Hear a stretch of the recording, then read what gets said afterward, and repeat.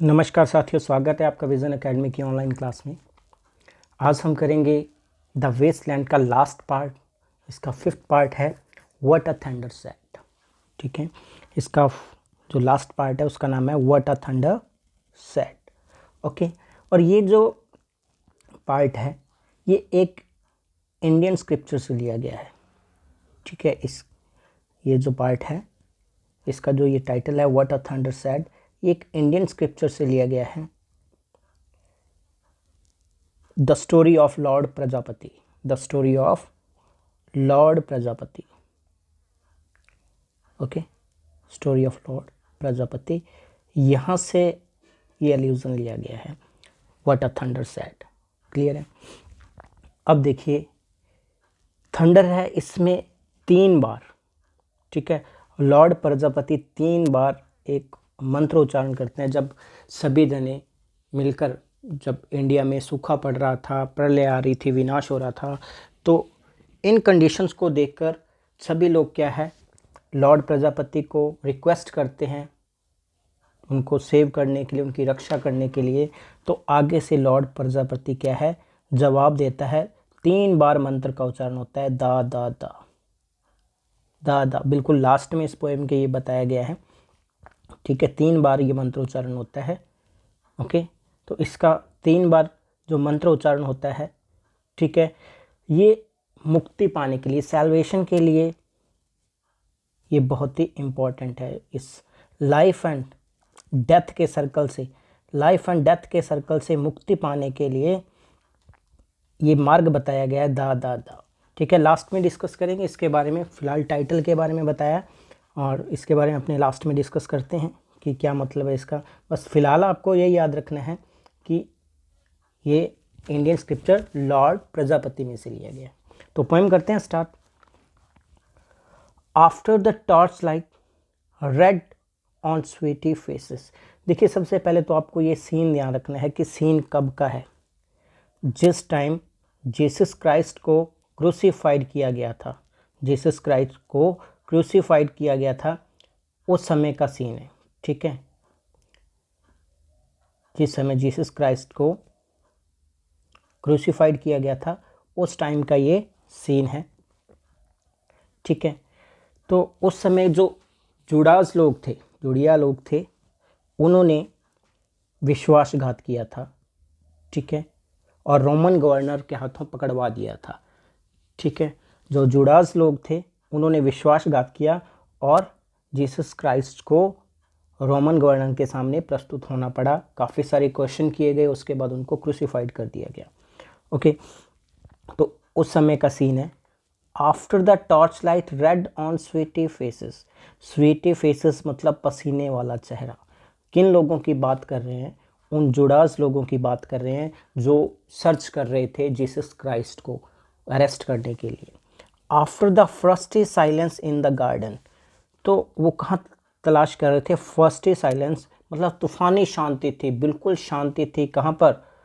मतलब तूफान आने से पहले जो शांति होती है ना, ऐसी शांति थी इन द गार्डन। गार्डन, कौन से गार्डन की बात हो रही है? Garden of Gethsemane, garden of Gethsemane. इस गार्डन का नाम याद रख लेना। ठीक है, गेट्समैन। यहाँ पर तलाश कर रहे थे और उनके चेहरे पर पसीना आया हुआ था। After the agony in stony places. Okay, pain, stony places में पथरीला इलाका था, पथरीला एरिया था, जंगल में या पथरीले एरिया में तलाश कर रहे थे। द शाउटिंग एंड क्राइंग, और जो लोग थे वो चिल्ला रहे थे। शाउटिंग एंड क्राइंग मतलब वो नहीं चाहते थे कि जीसस क्राइस्ट को क्रूसीफाइड किया जाए, तो लोग ऐसा चाह रहे थे कि इनको छोड़ दिया जाए। लेकिन जुड़ास लोग उनको गिरफ्तार करने के लिए, अरेस्ट करने के लिए ढूंढ रहे थे। प्रिजन एंड पैलेस रिजर्वेशन मतलब जहाँ पर उनको कैद कर लिया गया, कैद करके रखा गया, पूरे महल में ये क्राइंग गूंज रही थी। रिजर्वेशन मतलब गूंजना। ठीक है, इको मतलब एक ध्वनि गूंज रही थी कि जब उनसे क्वेश्चन किए जा रहे थे, रोमन गवर्नर द्वारा जीसस क्राइस्ट से क्वेश्चन किए जा रहे थे, तो सभी लोग चिल्ला रहे थे। ठीक है, उनसे रिक्वेस्ट कर रहे थे कि इनको क्रूसीफाइड ना किया जाए। तो ये तब का सीन है। यहाँ पर क्या है कि डेथ लाइक साइलेंस थी बिल्कुल, और रोमन गवर्नर क्वेश्चन पूछ रहा था, और मॉब जो थी, जितनी भी भीड़ थी, मॉब वाज क्राइंग, ठीक है, at the time of crucifixion, मतलब जिस समय उनको सूली पर चढ़ाया जा रहा था, तो जितनी भी, ठीक है, भीड़ थी, क्राइंग है, क्राइंग ऑफ मॉब, ठीक है, जितनी भी भीड़ वहाँ एकत्रित थी, जितने भी लोग वहाँ पर एकत्रित थे, वो चिल्ला रहे थे। ओके, नेक्स्ट देखिए, of thunder of spring over distant mountain. तभी क्या है, distant mountain, thunder of spring, spring season में क्या है, बिजली, ठीक है, थंडर, एक बिजली की आवाज़ आई, डिस्टेंट माउंटेन, किसी और धरती पर और पहाड़ पर, मतलब बहुत दूर, ठीक है। देखो क्या है, यहाँ पर उनको क्रूसिफाइड किया गया, तो ऐसा माना जाता है कि जीसस क्राइस्ट का जन्म, रीबर्थ हो गया किसी डिस्टेंट माउंटेन पर, ठीक है। थंडर ऑफ स्प्रिंग का मतलब यहाँ यही है कि रीबर्थ हुआ, ठीक है, जीसस क्राइस्ट का रीबर्थ हुआ किसी डिस्टेंट माउंटेन पर, कहीं और जाके उन्होंने जन्म ले लिया दुनिया की भलाई करने के लिए, ऐसा माना जाता है। He who was living is now dead, he who was living is now dead, वो व्यक्ति जो जीवित था अब मर चुका है। कहने का मतलब जीसस क्राइस्ट की बात हो रही है कि जो जीवित था उसको क्रूसिफाइड कर दिया गया है, लेकिन we who are living are now dying, लेकिन जो हम लोग जीवित रह रहे हैं, जो जी रहे हैं, वो जीते जी मर रहे हैं, जीते जी मरे हुए हैं, ठीक है। विद ए लिटिल पेशेंस, हमारे अंदर बिल्कुल भी सब्र नहीं है, ठीक है, बिल्कुल भी पेशेंस नहीं है।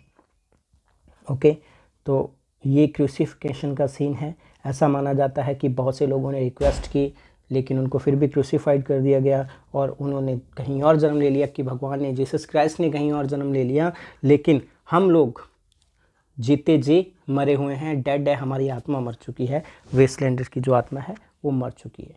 ओके, क्लियर है। चलिए नेक्स्ट देखते हैं।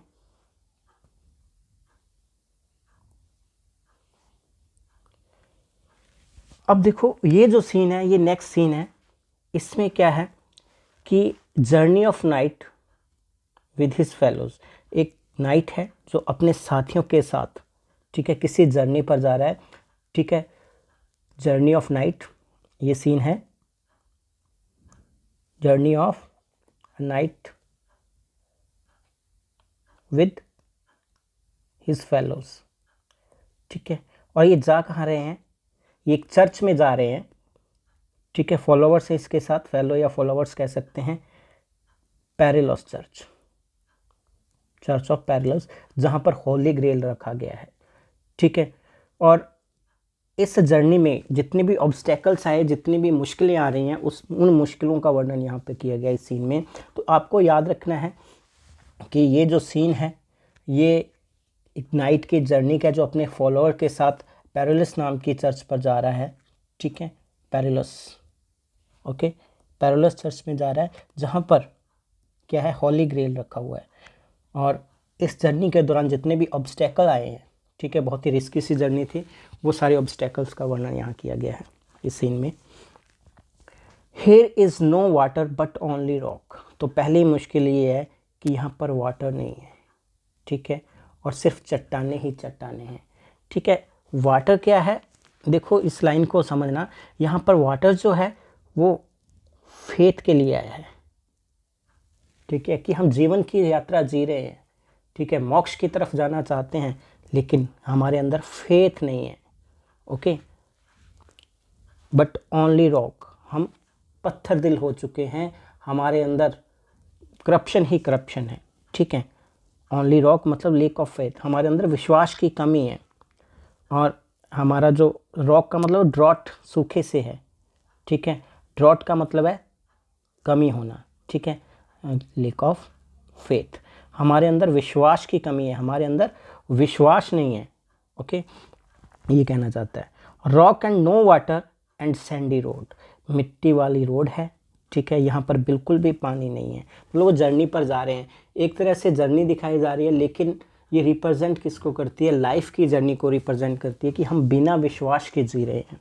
Rock and no water and sandy road, the road winding above among the mountain, ये जो रोड है, ये टेढ़ी मेढ़ी रोड है, बिल्डिंग टेढ़ी मेढ़ी रोड है अमंग द माउंटेन, और चारों ओर पहाड़ ही पहाड़ है। तो ऑब्स्टेकल्स ही ऑब्स्टेकल्स है। हमारी जीवन की जो जर्नी है, हमारी लाइफ की जो जर्नी है, वैसी जर्नी ये कर रहे हैं जहाँ पर ऑब्स्टेकल्स ही ऑब्स्टेकल्स हैं। Which are mountain of rock without water, ठीक है, ये माउंटेन जो है चट्टानों वाले माउंटेन है, और जहाँ पर पानी नहीं है, फेथ नहीं है।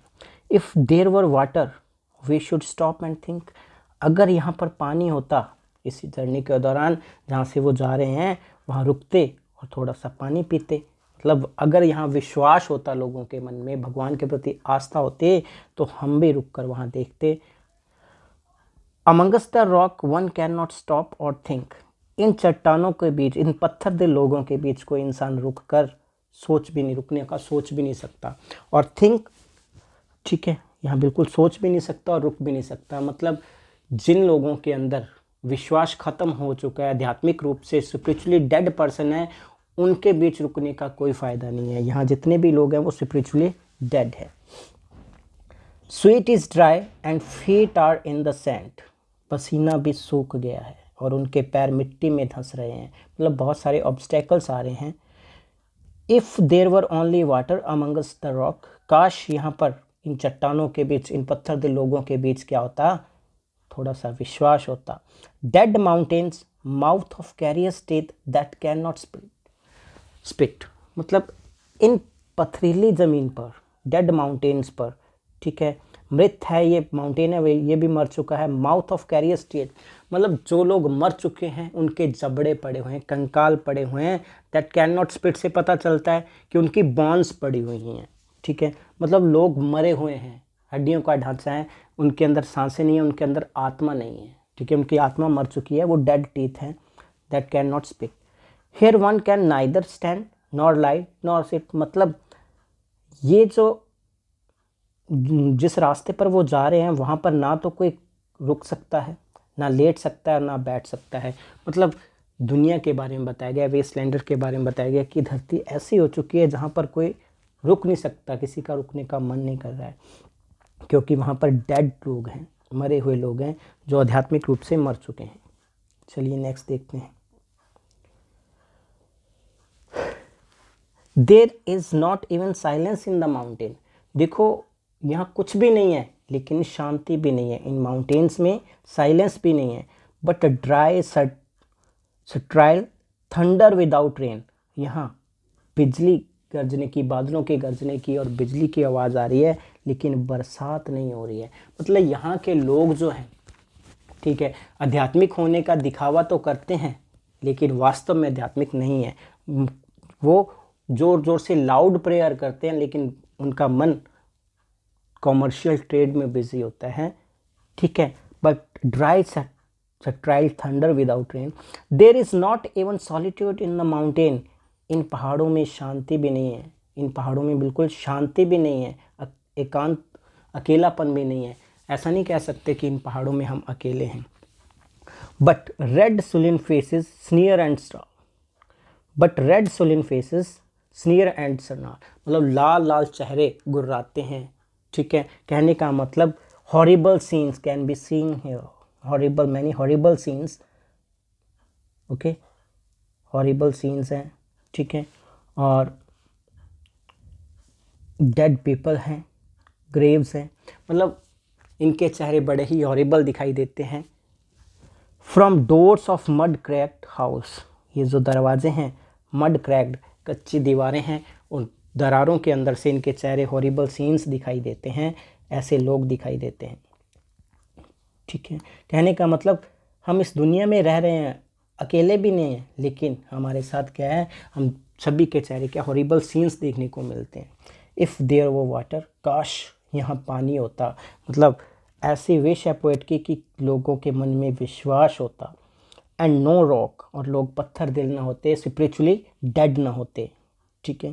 If there rock and also water, काश ऐसा हो जाता कि कुछ लोग हैं, हो सकता है कि वो नास्तिक हों, स्पिरिचुअली डेड हों, लेकिन कुछ लोग तो ऐसे हों कि वहाँ विश्वास, कुछ लोग तो विश्वास वाले होने चाहिए थे। If there were water and no rock, if there were rock and also water, कि स्पिरिचुअली डेड लोग भी होते, थोड़ा पानी भी होता एंड वाटर। ओके, नेक्स्ट देखते हैं। अ spring, a pool among the rock, तो एक झरना, ठीक है, या चट्टानों के बीच, काश एक पूल होता। उनको ऐसा लगा कि चट्टानों के बीच कहीं ना कहीं कोई पूल है।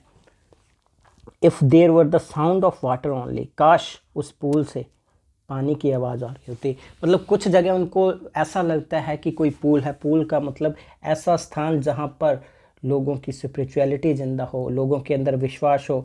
वो सोचते हैं कि कुछ ना कुछ ऐसा धार्मिक स्थल ऐसा होगा, कुछ लोग ऐसे मिल जाएंगे जहाँ पर ऐसा होगा, मतलब जहाँ पर वो कुछ ऐसा भजन कीर्तन कह सकते हैं या कुछ ऐसा भगवान के नाम का जाप होते देखकर जाप होता सुनते हैं, तो उनको लगता है कि यहाँ पर शायद पानी है, ठीक है, यहाँ पर विश्वास है, ठीक है, काश वो सही होता।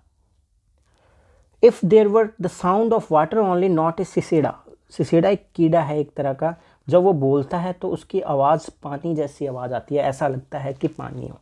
तो काश ऐसा होता कि वो दूर से देखते हैं तो उनको ऐसा लगता है कि यहाँ पानी है, मतलब विश्वास है, लेकिन पास आकर देखते हैं कि ये विश्वास नहीं है, पानी नहीं था, ये तो कीड़ा कोई आवाज़ उत्पन्न कर रहा था। मतलब सिर्फ वो बोल के बताया जा रहा था, विश्वास लोगों के मन में नहीं है। एंड ड्राई ग्रास सिंगिंग, और सूखी हुई घास गाती है, but the sound of water over a rock. Okay, ऐसा लगता है कि इस चट्टान पर क्या है, साउंड ऑफ वाटर है। मतलब रॉक पर चर्च बनी हुई है मान लो, तो उस चर्च में ऐसा लग रहा है कि पानी की आवाज़ आ रही है, मतलब स्पिरिचुअलिटी की आवाज़ आ रही है, लेकिन वास्तव में वहाँ एक कीड़ा होता है, ठीक है। वहाँ पास जाकर देखते हैं तो वो पानी की आवाज़ नहीं थी, एक कीड़े की आवाज़ थी। But sound of water over a rock where the hermit thrushing in the pine trees, ठीक है। हर्मिट थ्रश, थ्रश एक ऐसा जीव है, एक पक्षी है जो गाता है, ठीक है, पाइन के पेड़ों के अंदर, ठीक है। Drip drip drip drop, drip drop, drip drop, मतलब ऐसी आवाज़ निकालता है जैसे पानी की आवाज़ हो। But there is no water, लेकिन वहाँ पर पानी नहीं है। But there is no water, मतलब इस सीन में यही बताया गया है कि लोग स्पिरिचुअली डेड हैं और उनके अंदर लेक ऑफ फेथ है, विश्वास की कमी है। वो दिखावा करते हैं कि वो भगवान में आस्था रखते हैं, लेकिन उनकी भगवान में कोई आस्था नहीं है, ठीक है, वो सिर्फ दिखावा करते हैं। अब ये नेक्स्ट सीन है, वापस उस जर्नी पर आ जाता है जहाँ पर दो डिसिपल हैं जीसस क्राइस्ट के। ओके, दो डिसिपल हैं। एक और जर्नी का सीन है जहाँ पर दो डिसिपल हैं जीसस क्राइस्ट के, वो इमारत की तरफ जा रहे हैं, ठीक है, चर्च, एक चर्च में जा रहे हैं। उनके क्रूसिफिकेशन के बाद जब जीसस क्राइस्ट को क्रूसिफाइड कर दिया गया था, तो ये सीन किनका है, डिसिपल ऑफ जीसस क्राइस्ट। ये टू डिसिपल हैं, एक ये भी एक चर्च में जा रहे हैं, ठीक है, इमास नाम की जगह पर एक चर्च में जा रहे हैं, ठीक है। ओके, इस जगह पर एक चर्च के लिए जा रहे हैं। Who is the third who walks always beside you? यहाँ पर एक डिसिपल दूसरे से पूछता है कि ये तीसरा बंदा हमारे साथ कौन है जो हमारे साथ चलता है। Who is the third who walks always beside you? When I count, there are only you and I together. वो दूसरे से कहता है कि जब मैं काउंट करता हूँ तो सिर्फ दो जने ही हैं, मैं और तुम, लेकिन but when we look ahead up white road, there is always another one walking beside you. कि जब मैं देखता हूँ, काउंट करता हूँ तो दो ही जने हैं, और जब मैं सीधा रोड की तरफ देखने लग जाता हूँ, there are always another one walking beside you, तो हमारे साथ एक बंदा और चल रहा होता है। Gliding wrap in brown mantle, इन्होंने ब्राउन कलर का एक चोगा सा पहन रखा है, चोला पहन रखा है, ब्राउन मैंटल पहन रखा है, हुडेड एक टोप पहन रखा है। I don't know whether a man और वुमेन, मुझे नहीं पता कि ये आदमी है या औरत है, लेकिन कौन है जो हमारे साथ चल रहा है। तो यहाँ पर टू डिसिपल आपस में बात कर रहे हैं, एक दूसरे से पूछता है कि ये तीसरा बंदा हमारे साथ कौन चल रहा है। तो वास्तव में ये जीसस क्राइस्ट के लिए आया है, ये हुडेड मैन ठीक है। और ब्राउन मेंटल में जो आदमी उनके साथ चलता हुआ प्रतीत होता है वो जीसस क्राइस्ट है, कि भगवान अपने डिसिपल्स के साथ, अपने भक्तों के साथ हमेशा रहता है। तो यहाँ पर ऐसा बताया गया। But who is that on the other side of you, कि तुम्हारे बगल में जो साथ साथ चल रहा है कौन है। मतलब सामने देखते तो हमें हमारे साथ चलता हुआ कोई इंसान प्रतीत होता है, लेकिन जब हम काउंट करते हैं तो हम दो जने ही हैं। तो ऐसा बताया गया कि जीसस क्राइस्ट हमेशा अपने डिसिपल्स के साथ रहता है। अब ये जो नेक्स्ट सीन है, ये नेक्स्ट सीन शिफ्ट होता है यूरोप में, ठीक है, और रशियन रिवॉल्यूशन के बाद 1817 में, ठीक है। ये सीन है यूरोप में 1817 में जब रशियन रेवोल्यूशन हुई थी, उसके बाद का सीन है। उस दौरान क्या हुआ था, ठीक है, लोग कितनी मुश्किलों में थे, क्या क्या पीड़ाएं उठाई थी, ठीक है। और काफ़ी सारे मिलियंस की संख्या में जो लोग हैं वो एक जगह से दूसरी जगह पर भेजे गए थे रिफ्यूजीज़ के रूप में। तो ऐसा बताया गया इस सीन में। What is that sound high in the air, what is that sound high in the air, कि हवा में वो आवाज़ किस चीज़ की है। Murmur of maternal lamentation, murmur of maternal lamentation. Maternal lamentation क्या है, उन बच्चों की आवाज़ जिन्होंने अपने पेरेंट्स को खो दिया है।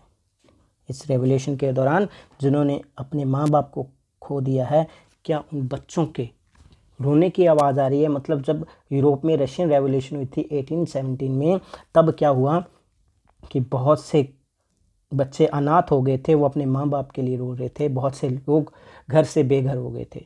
Who are those hooded hordes swarming, who are those hooded hordes swarming. Hooded hordes कहा गया है रिफ्यूजीज को, जितने भी रिफ्यूजी थे उनको कहा गया है। जितने भी रिफ्यूजी थे एक जगह से दूसरी जगह पर जा रहे थे उनको कहा गया है। Over endless plain, endless plain का मतलब उनको एक मंजिल नहीं पता है, ठीक है, कि उन्होंने कहाँ जाना है। वो इधर उधर ऐसे ही घूम रहे हैं, क्योंकि वो रिफ्यूजी के रूप में आए हैं, उनका कोई घर नहीं है, घर बार छोड़ के आ गए हैं, ठीक है, इसलिए एंडलेस प्लेन है। उनकी जर्नी का कोई एंड नहीं है, ठीक है, वो एमलेस है, ठीक है। स्टम्बलिंग इन क्रैक्ड अर्थ, वो लड़खड़ाकर खड्डों में गिर जाते हैं। इधर उधर सड़कों पर रह रहे हैं और स्टम्बलिंग लड़खड़ाकर क्रैक्ड अर्थ खड्डों में गिर जाते हैं। Ringed by flat horizon only, मतलब फ्लैट हॉरिजन उस धरती पर चक्कर काट रहे हैं, उन्हीं जगहों पर इधर उधर घूम रहे हैं। उनका कोई मंजिल नहीं है, कभी घूम फिर कर वापस आ जाते हैं, उनकी कोई मंजिल नहीं है, बिना मंजिल के वो इधर उधर घूम रहे हैं। ओके, नेक्स्ट देखिए। What is the city over the mountain? What is the city over the mountain? कि ये पहाड़ों के ऊपर जो शहर बसा हुआ है, ये कौन सा शहर है, क्या है। क्रैक्ड एंड रिफॉर्म्स, मतलब ये बिखर गया, डाउनफॉल हो गया, फिर वापस बस गया। And burst in the violet air falling tower, तो तब क्या हुआ, इसके जो बड़ी बड़ी मीनारें थी, इसके जो टावर्स थे, ठीक है, फॉलिंग टावर्स थे, वो क्या है, वापस बना लिए गए, रिफॉर्म कर लिया गया। तो बहुत सारे नगर बर्बाद हो गए थे, वापस उनको बसाया गया। उनमें जेरूसलम, एंथेस, अलेक्जेंड्रिया, वेना और लंदन, ये सारे नगर इस दौरान क्या है, टूट गए थे, बिखर गए थे। बहुत से लोग घर से बेघर हो गए थे। ये रशियन रेवोल्यूशन का सीन है, तब की बात है। नेक्स्ट देखिए, अनरियल, अनरियल सिटी वापस लंदन के लिए आया है। और यहाँ एक सीन है मैड वुमेन का, मतलब इन सारी कंडीशन को देखकर एक औरत पागलों की तरह बिहेव कर रही थी, ठीक है, वो सीन है। A woman drew her long black hair out tight, एक औरत जो कि मैड है, पागल है, वो अपने बालों को क्या करती है, कस के पकड़ लेती है। And fiddle whisper music on those string, और उसको एक फिडल के समान, एक वाद्य यंत्र बना लेती है, जैसे वो एक स्ट्रिंग उसके बजा रहे, अपने बालों को कस के पकड़ लेती है और उनको एक म्यूजिकल इंस्ट्रूमेंट के स्ट्रिंग की तरह बजाती है, क्योंकि वो पागल है। And bats with baby faces in the violet light, मतलब शाम के बैंगनी प्रकाश में, शाम के समय, ठीक है, रात, मतलब शाम ख़त्म हुई और रात शुरू होने वाली थी, उस टाइम रात को क्या है, चमगादड़ जिनके चेहरे बच्चों जैसे दिखाई देते हैं वो उड़ते हुए दिखाई दिए। Whistled and beat their wings, वो सीटी बजाते हुए डिम लाइट में क्या है अपने पंखों को फड़फड़ाते हुए उड़ रहे थे, ऐसा सीन है। ओके, तो ये उस मैड वुमेन का सीन है जो कि पागल हो चुकी थी ये सब कुछ देखकर, और रात के अंधेरे में वो ठीक है स्ट्रिंग के समान अपने क्या बालों को पकड़ कर बजा रही थी। ठीक है, मतलब पूरी तरह से डिसइंटीग्रेट हो गई थी मॉडर्न सिविलाइजेशन। ये जो सीन क्या बताता है, डिसइंटीग्रेशन ऑफ मॉडर्न सिविलाइजेशन, कि किस तरीके से मॉडर्न सिविलाइजेशन बिखर चुकी थी। ओके, चलिए अब ये नेक्स्ट सीन जो है, ये सीन जो है, and crawled had drawn down black and wall, ठीक है, downward the black and wall, यहाँ तक हो गया क्या है, and crawled had downward in the black and wall, down A black and wall, मतलब एक काली सी दीवार पर क्या है वो सिर झुकाकर बैठी हुई है, वहीं का सीन है ये उस औरत का। And upside down in the air were towers tolling the reminiscent bell, तो जितनी भी मीनारें हैं वो क्या है अपसाइड डाउन हो गई हैं, मतलब वो टूट चुकी हैं। ठीक है, बहुत सारी मीनारें टूट चुकी हैं। एक टेरिबल विज़न है जहाँ पर सभी मीनारें वगैरह बड़े बड़े टावर्स है वो टूट चुके हैं, और इन टावर्स में क्या है लगातार ठीक है बेल्स बजते रहते थे। रेमिनिसेंट बेल का मतलब कंटिन्यूसली एक फिक्स टाइम पर बेल बजती थी, दैट कैप्ट द आवर्स, जहाँ पर घंटा घर थे वो सारी मीनारें वगैरह टूट गई हैं। ओके, तो बड़े बड़े महल ये नगर तबाह हो गए थे, उस समय की बात की गई है। नेक्स्ट सीन देखिए, नेक्स्ट सीन जो है वो एक जर्नी का सीन है सर पर्सिफाल की। ठीक है, ये भी चर्च पेरिलस पर जाता है, सर पर्सिफाल की जर्नी का सीन है। ठीक है, सर पर्सिफाल, वही नाइट जो बताया है ना, वापस सीन वही शिफ्ट हो जाता है। सर पर्सिफाल की जर्नी कहाँ पर, वही चर्च पेरिलस जहाँ पर होली ग्रेल रखा हुआ है, होली ग्रेल ये रखा हुआ है। तो वापस उस जर्नी का सीन आ जाता है। अब वो क्या देखता है, क्योंकि अपने नाइट्स अपने फॉलोअर्स के साथ इस पेरिलस चर्च में आना चाहता था, वो पेरिलस चर्च पर जब पहुंच जाता है तो वहां जाकर क्या देखता है, उस चर्च को देखता है, क्या सीन देखता है वहां पर वो बताया गया। And voices singing out the empty cisterns and exhausted well. ठीक है, तो सीटर्न्स वहाँ के वैसल्स, बड़े बड़े वैसल्स पड़े हैं, बर्तन से पड़े हैं। ठीक है, और वेल है वो सूख चुके हैं। एग्जॉस्टेड का मतलब यहाँ है ड्राई, जितने भी वेल्स हैं वो ड्राई हो चुके हैं। And voices singing out of the empty cisterns and exhausted well, मतलब वहाँ के कुएं सूख चुके हैं। कुएं सूखने का मतलब है पानी। ठीक है, पानी किसका सिंबल बताया है इस पोएम में, फेथ का। तो फेथ नहीं है, फेथ का विश्वास का कुआं सूख चुका है। ठीक है, और वेसल्स एम्प्टी हैं, जिनमें पानी भरा जाना था वो सारे बर्तन क्या है खाली हो चुके हैं। मतलब चर्च नाम मात्र की चर्च रह गई है, वहाँ उस चर्च में लोगों को विश्वास नहीं है। इन दिस डिकेड होल, ठीक है, मतलब ये पतन अवस्था की ओर गई हुई चर्च पर, अमंग द माउंटेन्स जो पहाड़ों के बीच बनी है, इन द फेंट मूनलाइट चंद्रमा की धुंधली चांदनी में, डिम लाइट में, द ग्रास इज सिंगिंग घास में हवा की आवाज़ आ रही है। Over the tumbled grave about the chapel, उस चर्च में क्या है टम्बल्ड ग्रेव, मतलब कब्रें बनी हुई हैं। टम्बल मतलब कुछ सही ढंग से दफनाई हुई हैं, कुछ सही ढंग से नहीं दफनाई हुई हैं। तो उस चर्च पर वो पहुंच गए, और जहाँ पर ग्रेव्स दफनाई हुई हैं, घास में से हवा की आवाज़ आ रही है, चंद्रमा की धुंधली चांदनी है। ठीक है, और उस चर्च का सीन है कैसी दिखाई देती है। There is the empty chapel, ये चर्च बिल्कुल खाली है, यहाँ पर जो फॉलोअर्स नहीं है क्योंकि लोगों को फेथ नहीं है। ओनली द विंड सोम, यहाँ पर सिर्फ हवा है, बिल्कुल विंड सोम बन गया है, हवा के रहने का स्थान बन गया, यहाँ पर लोग नहीं है। इट हैज़ नो विंडोज़, इसकी खिड़कियाँ नहीं है, मतलब खिड़कियों के पेन्स वगैरह टूट चुके हैं जिसमें से सिर्फ अंदर हवा आती है। एंड द डोर स्विंग, और जो दरवाजे हैं इस चर्च के वो हवा में झूल रहे हैं। Dry bones can harm no one, यहाँ पर सिर्फ डेड बॉडीज़ हैं जिनको दफनाया गया है, गोस्ट ठीक है, ये किसी को नुकसान नहीं पहुंचा सकते। यहाँ पर जो लोग लेटे हुए हैं, कब्रों में दफन हैं, वो किसी को नुकसान नहीं पहुंचा सकते। ऐसा सीन है उस चर्च का। Only a cock stood on the roof top. इस चर्च के रूफ टॉप पर एक मुर्गा बैठा हुआ है, ठीक है, जो लोगों को जगाने की कोशिश कर रहा है। कोकोरियो मतलब मुर्गा अपनी आवाज़ निकाल के लोगों को जगाने की कोशिश कर रहा है, लेकिन लोग गहरी नींद में सोए हैं, वो जागना नहीं चाहते हैं, ठीक है, वो अंधविश्वास की नींद में सोए हुए हैं, स्पिरिचुअली वॉकन नहीं होना चाहते हैं, तो ये मुर्गा उनको जगाना चाहता है। Okay, in the flash of lightning, तभी क्या है, बिजली चमकती है। देन ए डैम्प गस्ट ब्रिंगिंग रेन, और तभी क्या है, एक बादल आता है और ऐसा लगता है कि बरसात होने वाली है, ठीक है।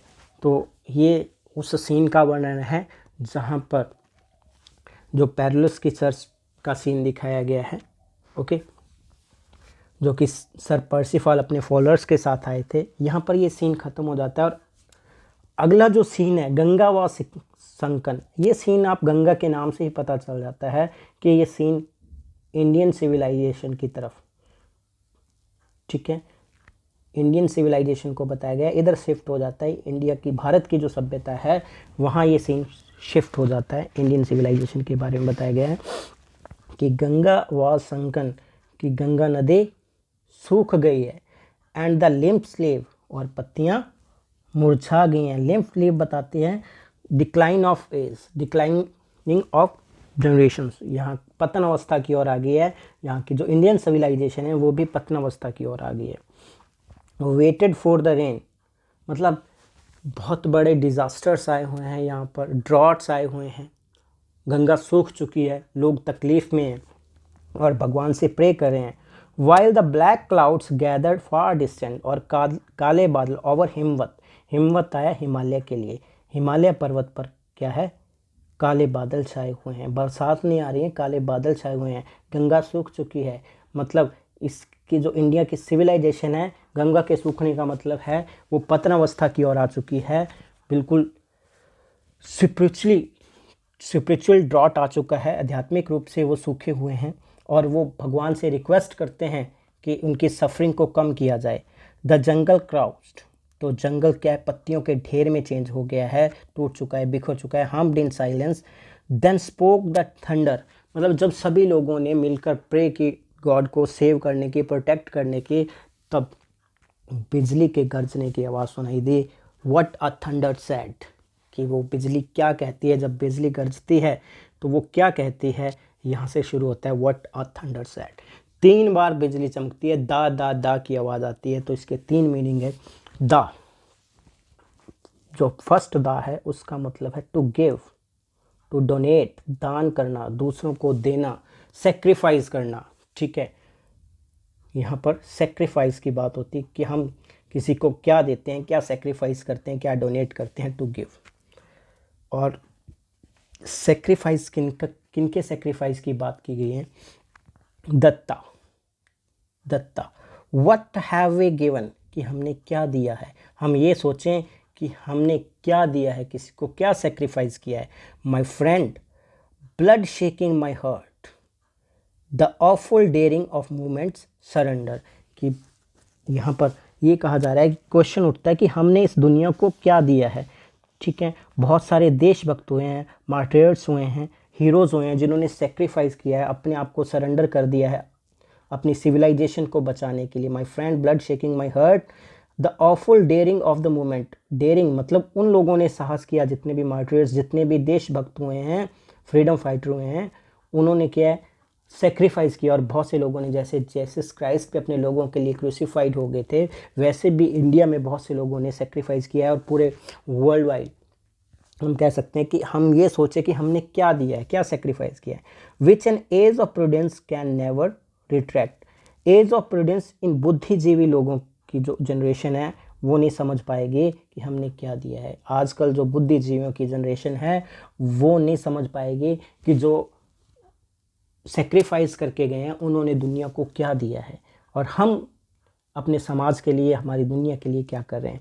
Bye this and only this we have existed, मतलब सिर्फ इस माध्यम से हम इस दुनिया में रह सकते थे, हम रह रहे हैं। मतलब एक याद बन के उनको याद किया जाता है, सिर्फ एक ही माध्यम है उनके जो सेक्रीफाइस को याद किया जा सके, तो हम इसी माध्यम से जीवित थे। Which is not to be find in our obituaries. लेकिन आजकल हमारी जो शोक गीत, हमारे मृत्यु पर जो एपिटैफ लिखा गया है, मरने पर रिकॉर्ड लिखा गया है, रिकॉर्ड में हमारे सेक्रीफाइस को आजकल मेंशन नहीं किया गया है, या मिट गया है, धुंधला पड़ गया, लोग याद नहीं करते।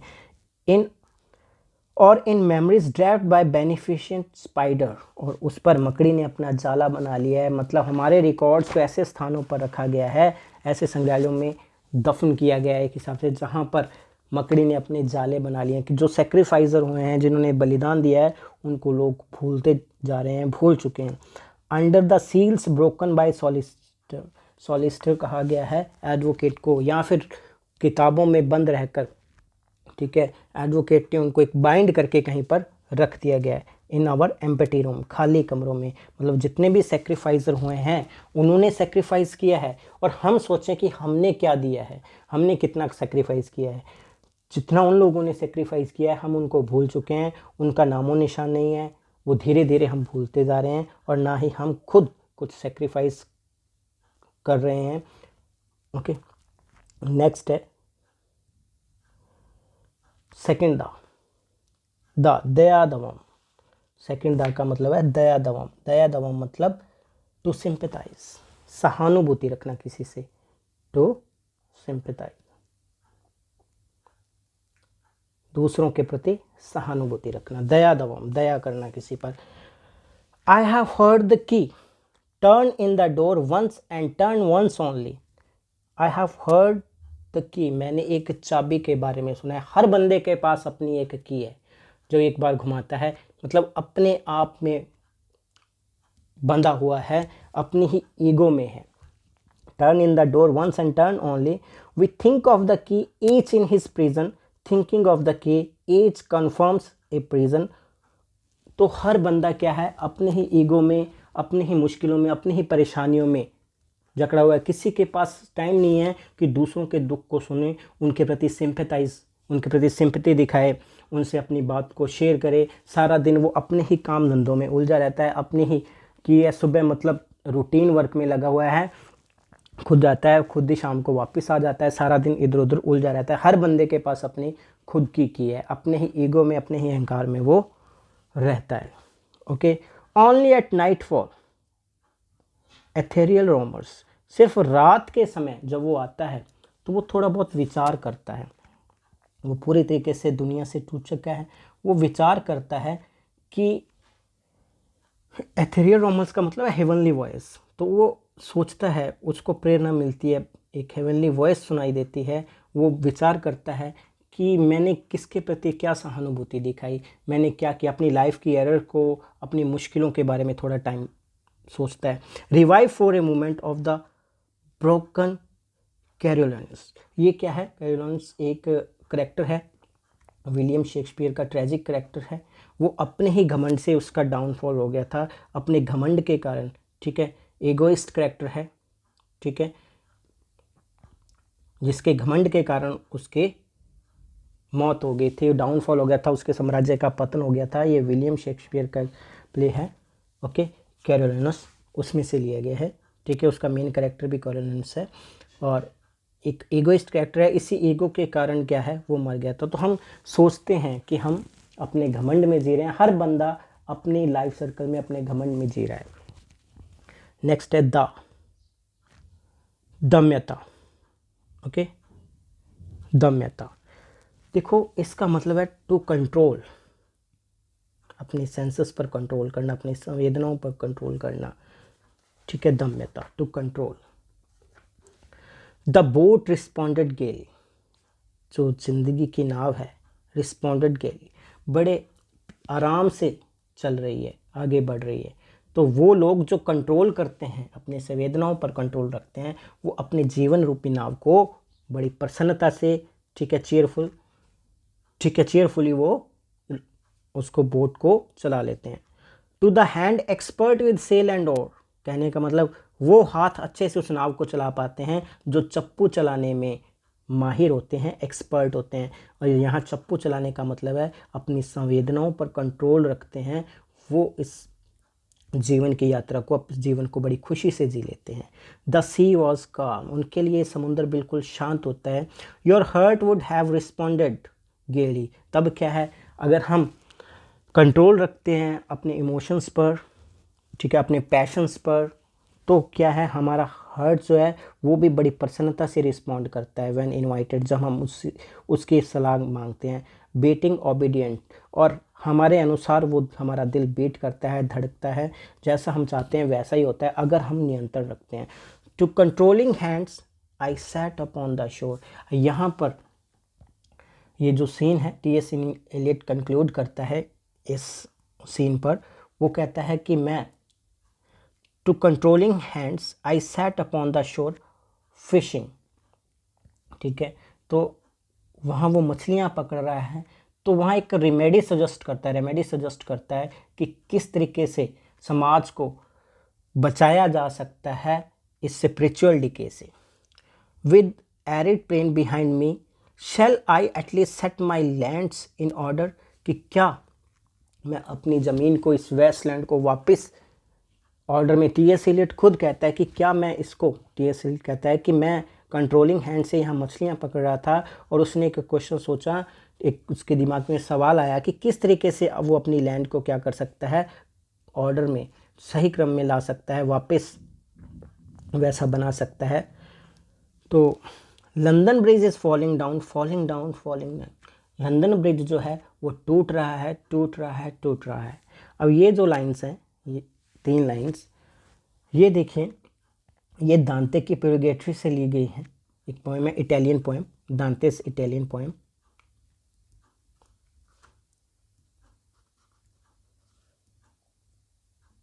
ठीक है, प्यूरिगेटरी इससे ली गई हैं, दांतेस इटालियन पोएम प्यूरिगेटरी से ली गई हैं। अब देखो इसमें क्या बताया गया, इन लाइन का मतलब क्या है, इन लाइन का मतलब है please remember my pain when I shall like the swallow that may be cease to be voiceless. आपने एक चिड़िया बनती हुई सुनी थी, कौन, एक सीन बताया था जिसमें फिलोमेला एक चिड़िया बन गई थी, ओके। तो I shall like the swallow I may be cease to be voiceless the prince of Aquitaine of ruined tower. तो इन लाइनों का मतलब है कि मैं उस स्वेलो के समान हूँ। फिलोमेला के बारे में मैंने बता दिया था, लिखने की ज़रूरत नहीं है, कि उस फिलोमेला के समान जो स्त्रियां हैं उनकी कंडीशन उन पक्षी स्वेलो के समान है जो बोल नहीं सकती, और जो पुरुष हैं वो प्रिंस एक्वेटन के समान हैं जो अपनी आंखों के सामने अपनी बड़ी बड़ी मीनारों को तहस नहस होते देख रहे हैं। तो ये जो दुनिया है वो स्पिरिचुअल डिके की ओर जा रही है, ऐसा बताया गया है इसमें, ठीक है। तो लास्ट लाइन है इसकी, ये जो लास्ट की 3 लाइन्स है, ठीक है, these fragment I have showed against my dunes. तो ये जो फ्रेगमेंट्स, ये जो सीन देखे हैं, एलियट बता रहा है कि मेरी आंखों के सामने ये सब तहस नहस हुआ है, बर्बाद हुआ है, इन रियून्स को मैं अपनी आंखों से देख रहा हूँ। अब देखिए लास्ट की जो 3 लाइनें हैं, ठीक है, ये एलियट ने एक सैल्वेशन के लिए क्या बताया है, एक रेमेडी बताई है 3 लाइनों में, ठीक है, मोक्ष के लिए रेमेडी फॉर सैल्वेशन, मुक्ति पाने के लिए, ठीक है, और समाज को बचाने के लिए ये 3 लाइनें बताई हैं। वाई देन ले फिट यू हेरेनोमस मैड अगाइन, ये है क्राई, ओके। और हेरेमोनो क्या है, एक करेक्टर है स्पेनिश ट्रेजेडी में, हेरेनोमो एक स्पेनिश ट्रेजेडी में करेक्टर है। ये रोता है, कराहता है, तकलीफ़ को बयान करता है अपनी, जब सब कुछ अपनी आंखों के सामने देखता है तो वो भी ये देखता है कि ये स्पिरिचुअल डिके हो रहा है, वो वापस गॉड की शरण में जाना चाहता है। तो 3 चीज़ें हैं जो हमें बचा सकती हैं, हमें मुक्ति की ओर ले जा सकती हैं, दत्ता दया दमम दम्यता, दत्ता दा 3, ठीक है, to give, okay, to sympathize, to control. अगर हम सेक्रीफाइस करें, दूसरों के प्रति सहानुभूति रखें, अपनी संवेदनाओं को कंट्रोल करें, तो हम सैल्वेशन की ओर जा सकते हैं, हम जन्म और मरण के चक्कर से मुक्त हो सकते हैं। शांति शांति शांति। ठीक है, इसी नोट पर ये पोएम कंप्लीट होती है। ये क्या है, शांति शांति शांति वर्ल्ड जो है, ठीक है, ये नोट ऑफ होप है, एक उम्मीद बताता है टी.एस. एलियट। ठीक है, ये एक होप है कि इस दुनिया में शांति होगी शांति होगी शांति होगी। ठीक है, इन शब्दों पर ये पोएम ख़त्म होती है। तो उम्मीद है आपको समझ आई होगी। Thank you very much. मिलते हैं नेक्स्ट टॉपिक के साथ नेक्स्ट क्लास में।